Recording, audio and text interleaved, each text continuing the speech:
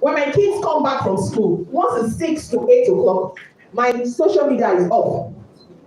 Nothing until my kids sleep at 8. Until they sleep, they have my undivided attention.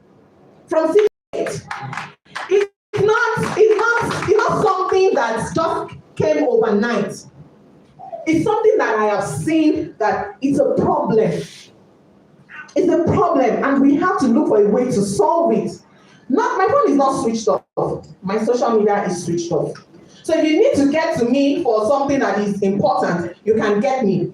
But that I'm on social media flipping through my phones, I'm not doing that until my kids go back to sleep.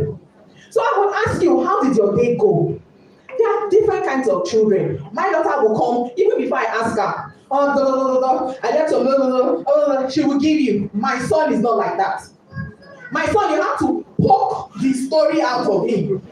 And if you are going to poke the story out of somebody, you have to be determined. You have to, be steadfast. You have to continue. And I will ask him, what happened in school? Nothing, mom. Nothing, mom. And I said, when you got down from the bus and you stepped down like this, what happened? I saw Tunji. Hey, you saw Tunji? What did Tunji now say? Then I now moved. I went, and he said nothing did not happen. Hey, that is interesting. So it got to a point that you say, when he comes out, you say, Mommy, I know you want to hear this. I say, yes, I want to hear this. And that was the kind of child I was. I was a child that was silent.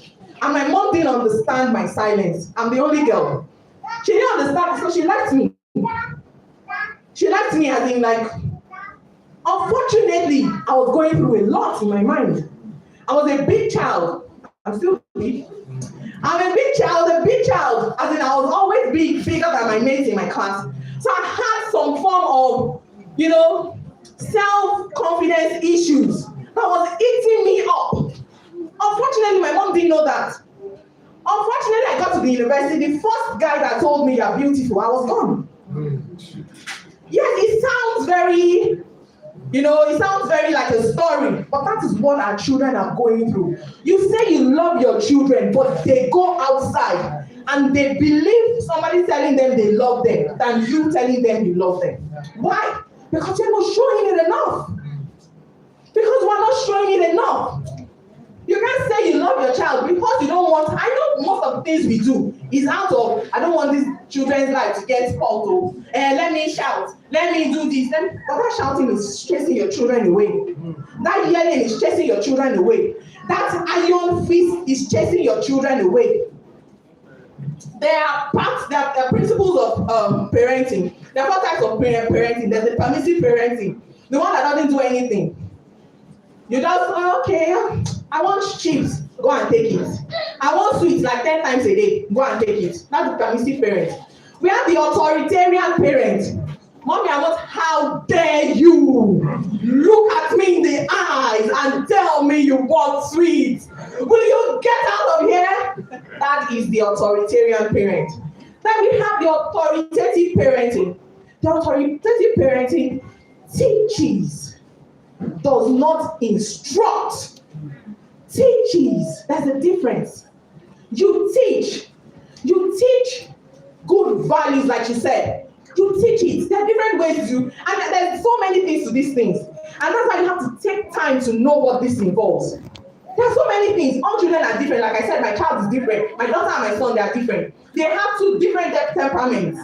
My daughter is sanguine. She's a party, let's go out, let's do this.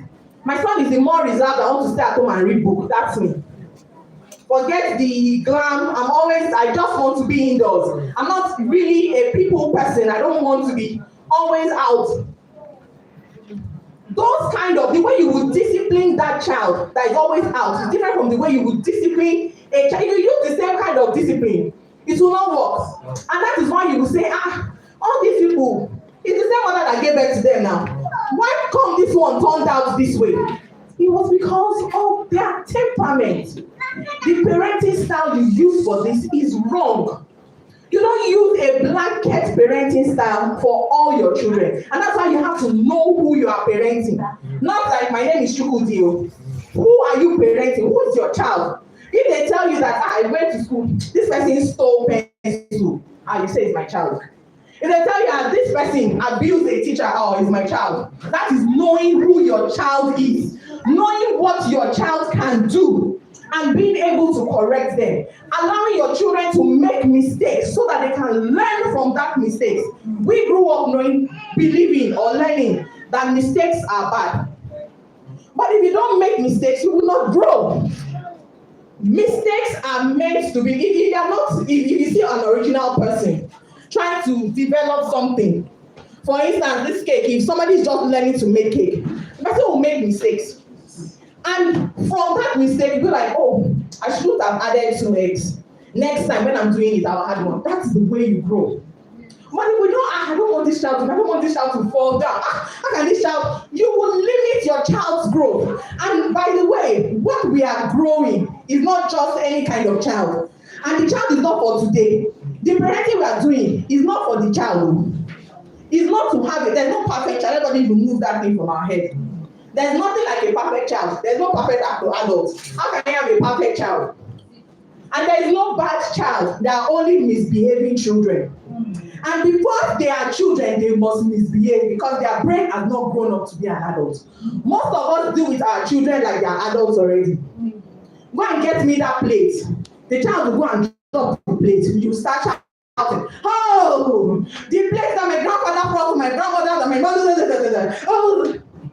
You don't, the shouting has not taught the child anything. Really. Because if you tell that child to go and carry that plate again, there is a 50% chance that that child will break that plate. And then you see some people constantly breaking things. And then you say, why is this child always breaking? Did you teach the child how to carry something that is made of glass? Did you teach? We were raised up not to be, they didn't teach us. They just expected us to know. And so we are raising up our children just to know. You can't know if you don't teach them. My daughter is scattered. I tell people she's scattered. She can just go and walk anyhow, but her IQ is over. She's very brilliant. So there are some things that she lacks for that you have to make up for, and so you have to test your children. A child that is not good in anger management, for instance, when they are angry, they throw things, they do things like that. You have to teach. So you have to watch all the things that your children lack. And how will you know that when the child is stressed, stop throwing, stop, they're not taught anything. Check yourself, number one. Are you somebody that gets angry like that? When you are talking to them, maybe they are not dressed up. You are not dressed up this morning. The child will pick it up and shout on the younger ones too, like that's the way they are shouting. Because that's what you are doing. I tell parents, parenting is not for the child. Parenting is for you. The child is just a child. If a child does something wrong, it is the way you react to what the child has done that is parenting. It is the way you react to what that child has done that is called parenting. Because a child is a child. If I have a 3-year-old and the 3-year-old likes lollipop, and I go to church and they are selling lollipop, it is normal for the 3-year-olds to shout and say, Mommy, I want lollipop. Now it is up to you to now tell your 3-year-old and say, no, we don't take lollipops on Sundays. We take lollipops only on Saturdays. The child will react because it's a child. They don't understand delayed gratification. They don't have impulse control. They can't control. It's what they want now, they want now. And so you now pick the child, so that people around do not think I'm a bad mother. I have spanked the child. You have not taught anything. You have not taught anything. The child will believe that spanking is the antidote of what they have done. And then you will now quickly give the child the level. Don't let everybody see you disgracing me in church. You are meant to hold forth and tell the child, no matter, see, sweetie, I love you so much. You are my darling. I know how you feel. You want this thing. But you can't have it because today is not Saturday. Stick to your words. Be firm. It is not easy. This I'm saying nicely now. You know the way the children will scatter the floor. It's not easy. But with time, by the time you do it 3-4 times, the child will get a memo. And no matter how I roll on the floor, this man will not give me anything. You are teaching emotional control because you are teaching the child that when you are angry, beat somebody. That's what you are teaching your child when you spank. Sorry to say, I don't believe in caning children. There are alternatives. There are big alternatives. I'm a very strict person. I discipline children. I believe in discipline versus punishment. Discipline is not punishment. Punishment inflicts pain. I'm not planning to injure my child. I'm not planning to inflict pain. When you tell parents to spank, most times you spank out of annoyance. How many people spank after 1 hour that the incident has been done? How many people? You be like, I won't beat you now, I'll beat you in two. You most likely would not do it. That's the thing. So that means you are actually spanking out of your own anger, not out of what the child has done. Have rules, have consequences for breaking the rules. Most times, do the rules together with the children. If you are not meant to watch television, if I see you watching TV, what should happen to you? I'm not going to have snacks or school the next day. Make sure that those consequences tally with the punishment, with the offense that they have committed, and see it go through. You are not even fighting with them. You are not even saying, why are you watching TV? Listen, you are not going to be watching TV now. What's going to happen now? Someone said, can you raise a child without yelling? Excellently, 100%. 100%. I used to tell someone, I said, if you knew me 5 years ago, I'm Baz Bose. You bring it, I give you back.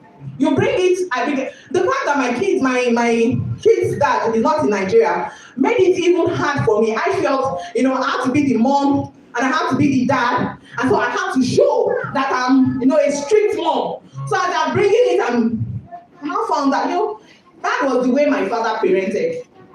And it didn't yield what he was doing. Most of us say we are okay, but we are not okay. We are not okay. Let's look at the results of the last election. Who are the people snatching the boxes? Who are the people killing? They came from somebody's house. Somebody gave birth to those people. Hunting somebody. Killing somebody. Somebody's child. We are not okay. And somebody raised those children by spanking them. Somebody raised those children by belting them. So what I believe, it is not about the punishment. It's about the influence you have on your child. It is about the influence you have on your child. You have to be so close to your children that they believe every word that comes out from your mouth. You don't even get this thing by just remaining who you are. I tell parents, I said, when you start parenting and you are still your old self, you have not started. You have not started, you are still the same way you were as a single person. Nothing has changed. You have not seen that your patience level has increased. Something has increased about you. Your value system has increased. I see one that's posting on TikTok now, shaking bum bum. What kind of child do you want to raise? How would you, a full-grown adult, go on social media? And there's some pictures we even post on social media that I wonder, what is the essence? Before you post anything, you have to check. For what purpose is this thing that I'm posting? For what? Is it for people to look at me and say you're beautiful, or to look at you, or you're making impact, or you're selling something? Those are the things, imminent questions you should ask yourself, and that is the things that are going to transfer to your children. Those are the values you are going to give your children. If you yourself as a parent doesn't have values, you don't have skills, you don't have any form of, value system, you don't believe in anything, like you said, doesn't have any godly principle, then I don't know the kind of influence you're going to have on your children, and I don't know the kind of connection you have with your children, which will in turn to the kind of discipline you would have on your children. I hope I've been able to.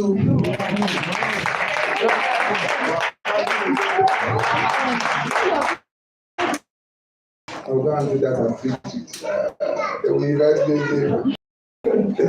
That was a good one, man. Thank you.